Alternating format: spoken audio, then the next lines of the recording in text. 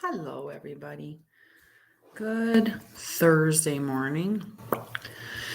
I'm Tanya Baldwin. I'm from Mind, Body, Spirit, Healthy Self, and also the host of Trauma Talk. I am what I call a trauma wellness healer, which means that I use wellness practices, holistic practices, combined with traditional learning and my lived experience of trauma to help navigate your healing journey.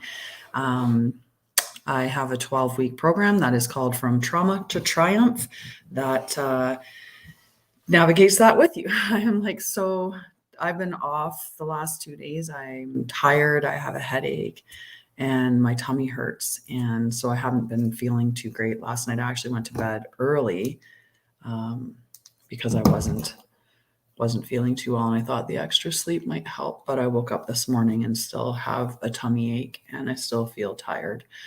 And that's okay. When those things come along, it's just a message from our body. It's time to rest a little bit. So let's see what the cards are, the message for today. I think I'm going to start with in the order that I pulled them. So again, we'll go with an oracle card, a tarot card, and an oracle card, because that's the order that I pulled them in today. When you come on, if you want to just tell me where you're signing on from, and also, just give me a comment, that would be great. If you're on YouTube, hit the like and subscribe and follow me, hit the bell notification so that you'll know when I'm going live. I go live each day. Every day I go live and do this card pull, and then I just look at the information that's in the card and see what we can't learn from it that would help us heal or navigate through trauma, because there's oftentimes some really good messages. So the card that I pulled from the Wisdom of the Oracle deck is the number 1 card, which is Yang. And look at that card, right? Fire. It's just beautiful.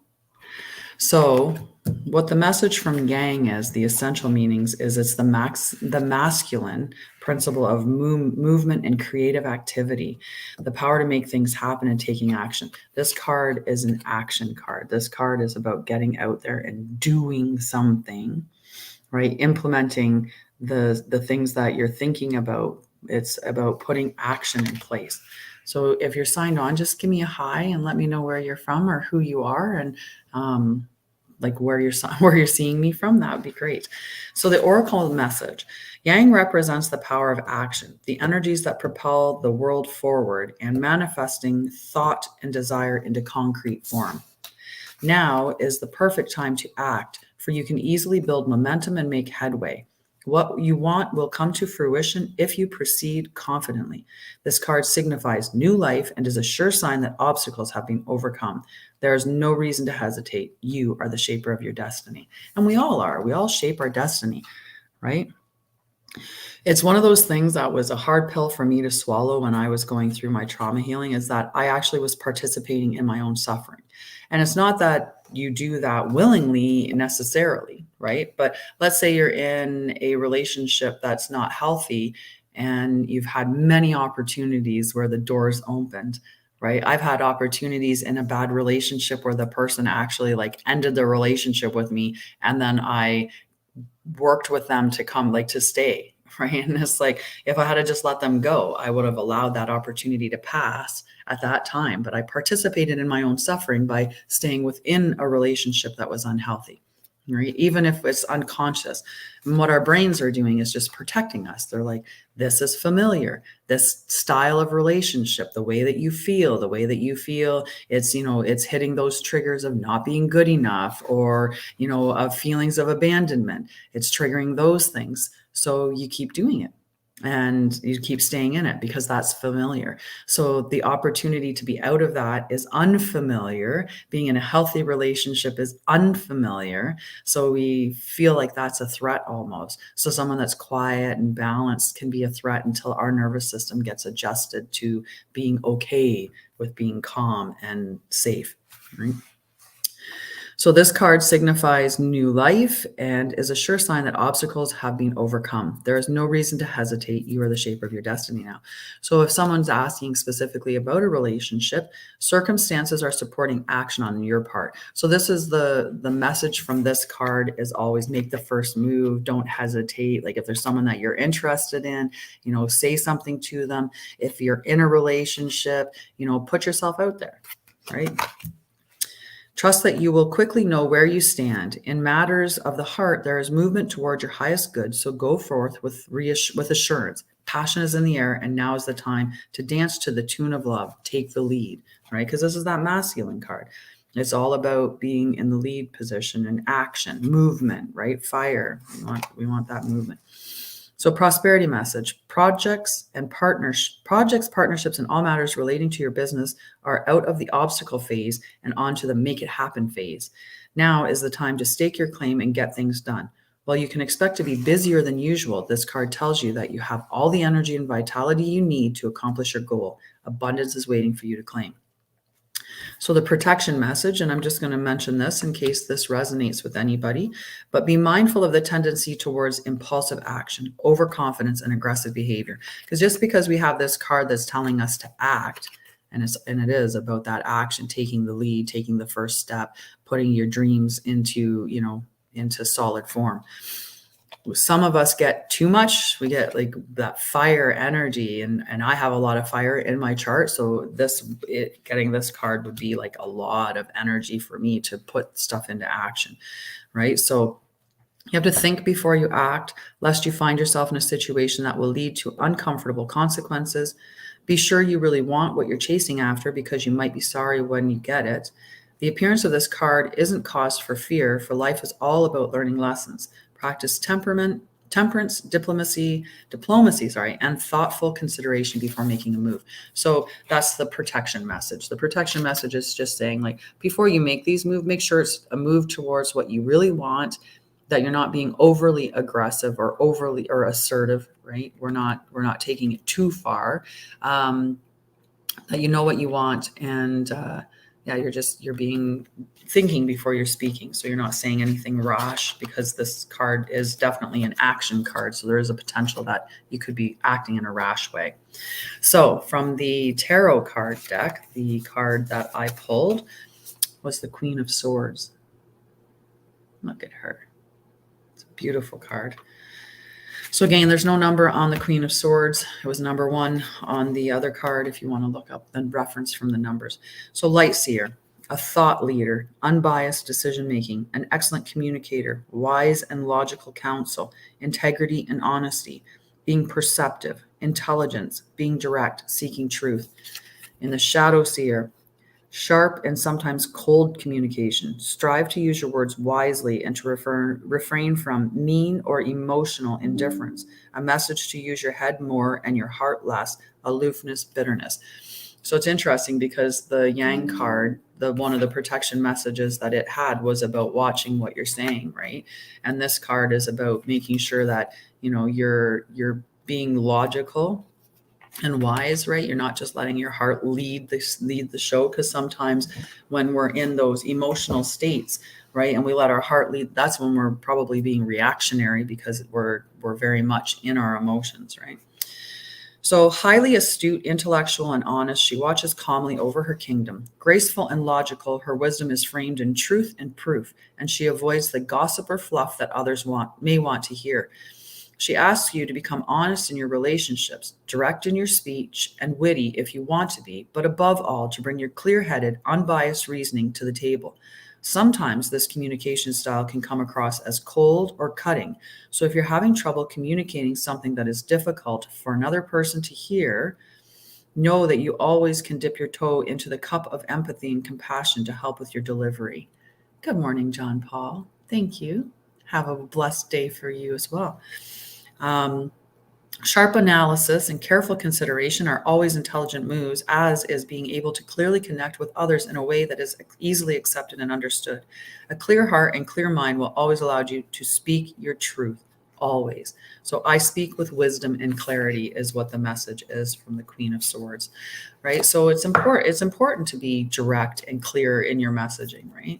And sometimes that just means taking a moment before you speak to actually just think about what you're going to say and making sure that, not only is it true, but that it is also kind and necessary, right? There's that think acronym. So is it true? Is it helpful? Um, is it what is the intention, I think, behind it, right? Is it necessary, and is it kind? Like, what is your reason? Is that the intention? What is your reason for giving this message, right? Are you giving the message to hurt somebody? Are you giving the message to just be honest and open and share in that? So the next card that I pulled was the Crown Game cards, and this is from the Shaman Oracle deck, and it says right use of power. Okay. So leadership, responsibility, accountability, right use of power. This is a game of power played by all people, whether we're conscious of it or not. It concerns who has it and who doesn't, how to get more of it and not to lose that which you have, how to wield it wisely and not to get drunk with it and cause harm. These are the matters that you need to ponder now that you find yourself in the crown game too. You want to be on the top, the best, the most effective, the most beloved. You may discover that your deep desire to help others is disguising the underpinnings of this complex game. Right? Are you helping from that genuine space of actually wanting to help, or are you helping with what you're expecting to receive in return? Because if you are helping with the expectation of what's going to come to you, what you're going to receive because of helping, that's not genuine help, right? There's a thing tied to the help that you're giving.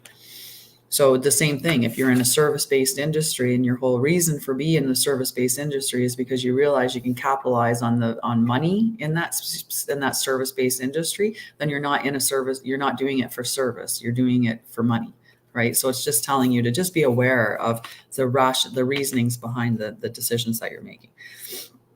So power and all it entails can be both dangerous and productive, destructive and redemptive. Which will it be for you?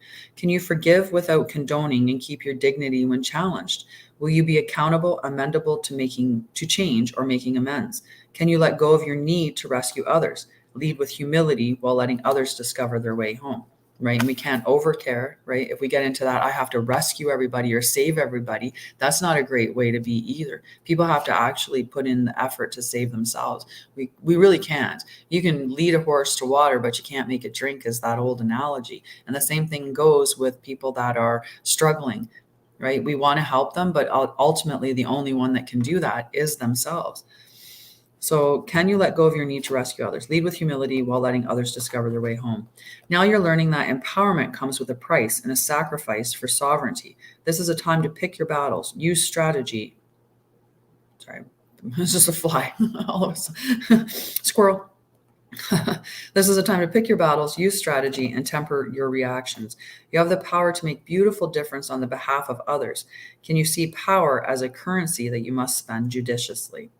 True power is stewarded wisely, for it is given from the divine, not from the ego. In all your relations, the greatest beauty is when power is shared. If you are in a higher position, it's even more important to be kind and respectful. Ask for guidance. It will come when you choose compassion over your own goals and desires, when you stop caring about who wears the crown. True success and influence appear for you. Because it's true, like we always get into that mindset of lack, right? That we don't want to cheer for that person because they're in the same space that we want to be in. So, and maybe they're ahead of us and we're like, well, I can't cheer for them because if I cheer for their success, then I'm somehow going to be unsuccessful, right? We think that there's only one person that can do it. So the cards, I put the other one away. That's why it took me a little bit longer. So the cards for today was the Yang, right? So it's an action, take the lead, right? Do what you want to do, what is necessary, right? Put the stuff that you want in, that's your thinking, put it into action. In a relationship, make the first step. In prosperity, like take a risk, in your business or whatever, right? Put whatever you've been thinking about, do it. And don't just stay so you want to put it into action. You want to make sure that you're doing it from a logical standpoint, that you're actually thinking about what you're doing and you're being, leading from that compassionate spot, but also with that very much logical, wise standpoint, not letting your emotions overtake you. But you want to make sure that there's a little bit of emotion in there, and just make sure that with that power that you're getting, or the power that you have, that you're using it in the right ways. You're not too power hungry, or you're not, taking advantage of other people, or you're not doing it from a space that's, a little more negative, let's say. Right? Like that, I'm just doing it for money. I used to do that with my nursing staff, like when there's a significant difference between the nurse that nurses because she wants to be a nurse to help people and stuff like that, then the nurses that nurse just because they want to make money, right? A nurse that's there for the money, you can tell that that's their sole driving factor. That's their main driving factor. So just keep that in mind. But that's all for Thursday, really. It seemed like a pretty good reading, that whoever that one's for. It looks like things, with putting things in action and being, that things are on the way to you. They're going to be good. Just be careful that you're not abusing your power that you do have, right? And that it's coming from the right space. And we shouldn't all be doing that all the time anyway. But anyway, I love you. I hope you have a wonderful Thursday. Like I said, I'm a little bit under the weather, so I'm going to hop off and have a little bit to drink before I go to work. And I love you, and I will see you later on. And just a reminder, if you're not part of the Divine Feminine Healing Collective, let me know. And I have links put up all over the place, but I'll be doing a new moon ceremony on next Tuesday, the 25th at 7 p.m. Mountain Time. It'll be the last event that I do in Alberta before moving to Ontario, and then everything will be Eastern Time. So anyway, I hope you can join me for that. It's lots of fun. We talk about how the new moon in Scorpio is going, and it's an eclipse, but how the new moon in Scorpio is going to affect you based on your sun, rising, and moon signs. And as well, we do tarot cards and oracle card pulls. And we also, I do a healing session with crystals, meditation, incense, and smudging, stuff like that. So anyway, I love you, and thank you for joining me. I'll see you later.